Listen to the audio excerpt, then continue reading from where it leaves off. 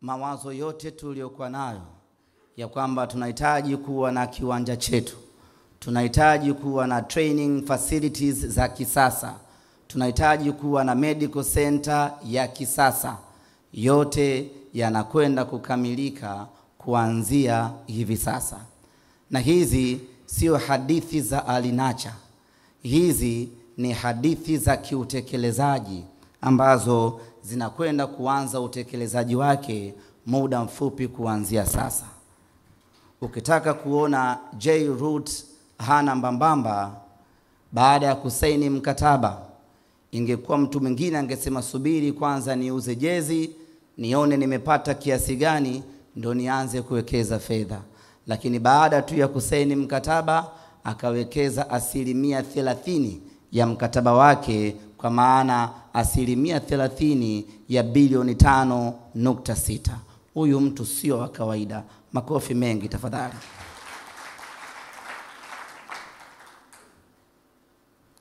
Amezungumzia uwanja wa watu 10,000 mpaka 12,000.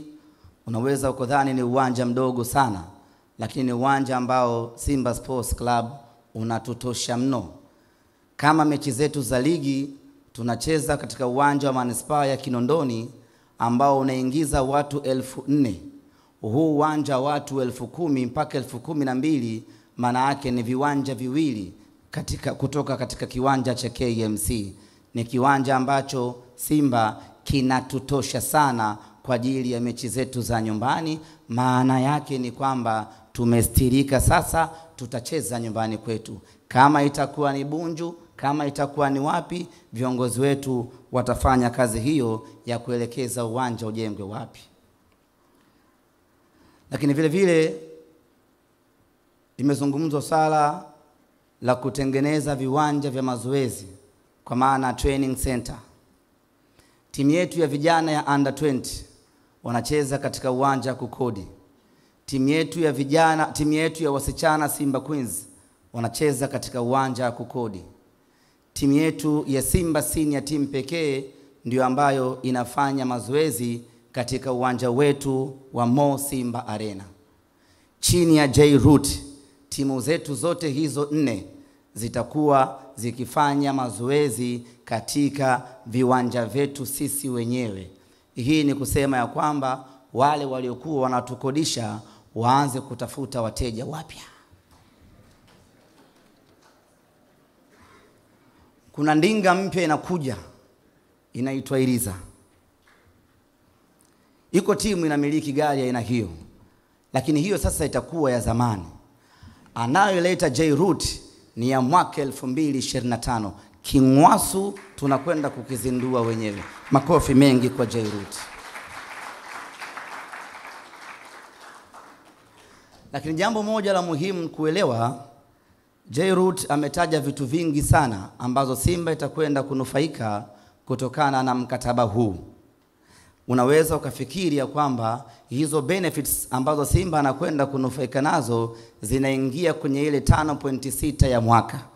5.6 ya mwaka inabaki kama ilivyo kavu, na hizi benefits nyingine tutaendelea kuzifaidi kama zilivyo separately. Ndugu zanguni, wakati tunamsifia na kumpongeza J-Root, tuna kila sababu ya kuwasifia na kuwapongeza viongozi wetu, tukianza na kamati ya tenda pamoja na bodi ya wakurugenzi. Wao kuwa na maono mapana, kuwa na maono makubwa, wakafikia maafikiano ya kumchagua J-Root. Kati yetu hapa hakuna yeyote aliyekuwa anajua nani ameshinda ama nani ameomba. Maana yake ni kwamba wangekuwa ni viongozi wenye hila, wangekuwa ni viongozi wanaojali maslahi yao, wangeweza kumchagua mzabuni yoyote. Lakini kwa kuwa wameweka mbele maslahi ya klabu, wameona Simba inakwenda kunufaika pakubwa kwenye mkataba huu wa J-Root, wakamchagua huyo. Lakini kama haitoshi, ili kumpa muda mdhamini aweze kutekeleza kile alichokipanga, wakampa miaka 5 ili aweze kufanya kile ambacho anakihitaji. Nyote mnakumbuka tulikuwa na mikataba ya miaka miwili, lakini kwa mara ya kwanza mzabuni amepewa miaka 5 ili apate nafasi ya kujimwaya, afanye kila alichokusudia na Simba izidi kuchanja mbuga kimataifa. Naomba makofi mengi sana kwa viongozi wa kamati ya tenda pamoja na bodi ya wakurugenzi. Dr. Muba, simama kidogo wa kuone mwenyekiti wa kamati ya tenda.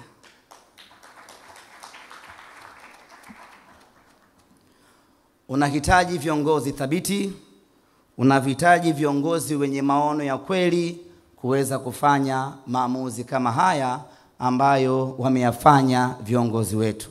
Na hili niwaambie Dr. Muba, Murtaza Mangungu pamoja na viongozi wenzio wote wa bodi ya kurugenzi na tenda na kamati ya tenda ya kwamba wana Simba mmetufanyia jambo kubwa sana, na historia ya klabu hii itaendelea kuwakumbuka na kuenzi maamuzi muhimu, maamuzi makubwa, maamuzi yenye thamani ambayo mmeyachukua kumkabidhi Jerud aweze kufanya yote haya ambayo ametuahidi. Na mimi sina mashaka naye, haya atakwenda kuyafanya kweli.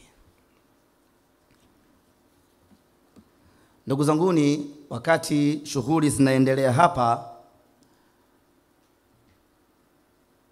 mdhamini wa zamani wa klabu ya Simba, mfadhili wa zamani wa klabu ya Simba, Azim Dewji, naye amejumuika nasi kuja kushuhudia tukio hili. Karibu sana Azim Dewji.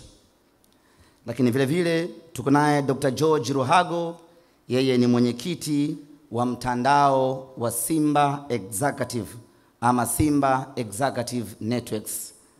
Dr. Ruhago ameambatana na katibu wake Richard Mwalwiba, kwa pamoja wanatengeneza mtandao wa Simba Executive Networks.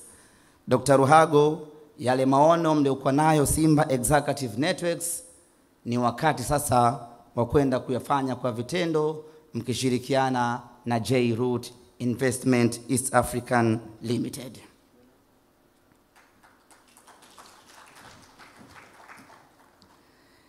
Moja kati ya ahadi ni kwamba atajenga ofisi mpya ya Simba.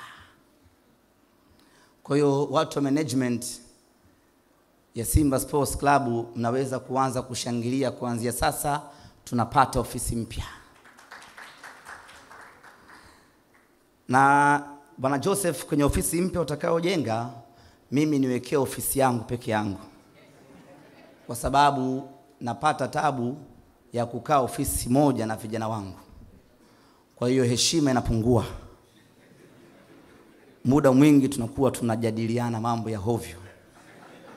Lakini nikiwa na ofisi yangu mwenyewe, wanaingia kwa kugonga hodi, wataniheshimu.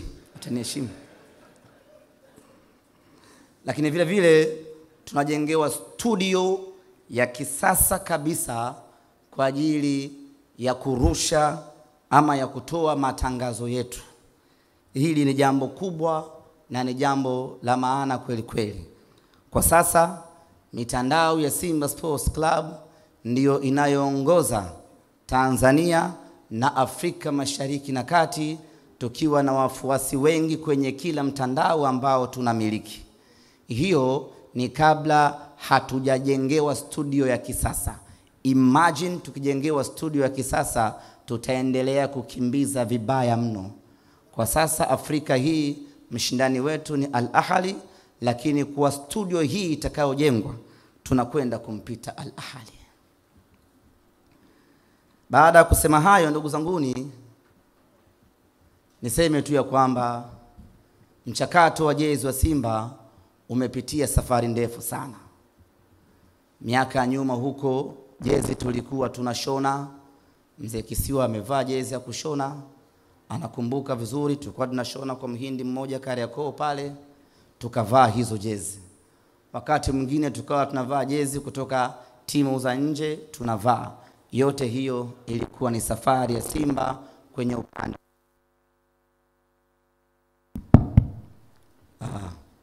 Tutakuwa tukulipi. Akaja U Sport akaanza kututengenezea jezi za kisasa kwa kipindi hicho, na Simba tukavaa jezi hizo kwa kipindi kirefu. Baada ya kuvaa U-Sport kwa muda mrefu, hatimaye kwa mara ya kwanza tukapokea fedha nyingi kutoka kwa mzabuni wa jezi. Wakati huo kila mtu alimshangaa kumuona amewezaje kutoa fedha ya namna hiyo kwenye jezi. Si mwingine alikuwa ni Fred Vunja Bay kupitia Vunja Bay Group.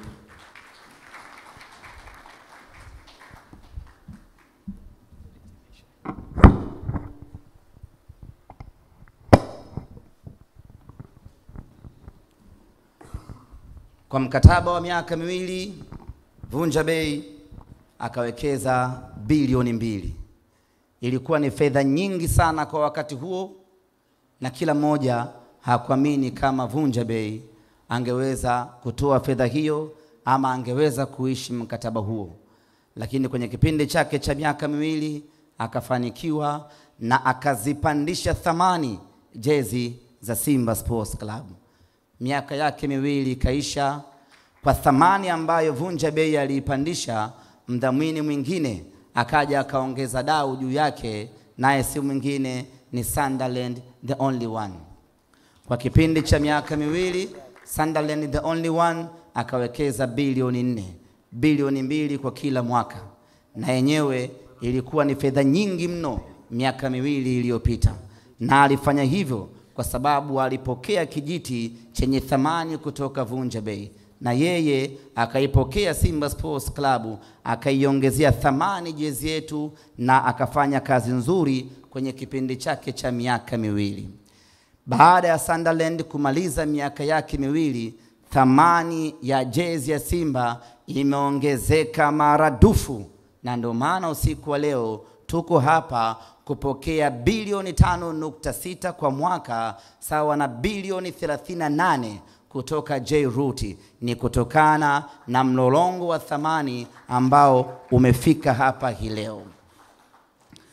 Kwa hiyo tuwapongeze wazabuni wote wa jezi waliowahi kufanya kazi na Simba, wametufikisha hapa kiasi cha kupokea fedha hii. Maana yake ni kwamba mtu mwenye ndoto ya kutengeneza jezi ya Simba baada ya miaka 5 aandae fedha nyingi kweli kweli, kwa sababu thamani ya Simba hairudi nyuma.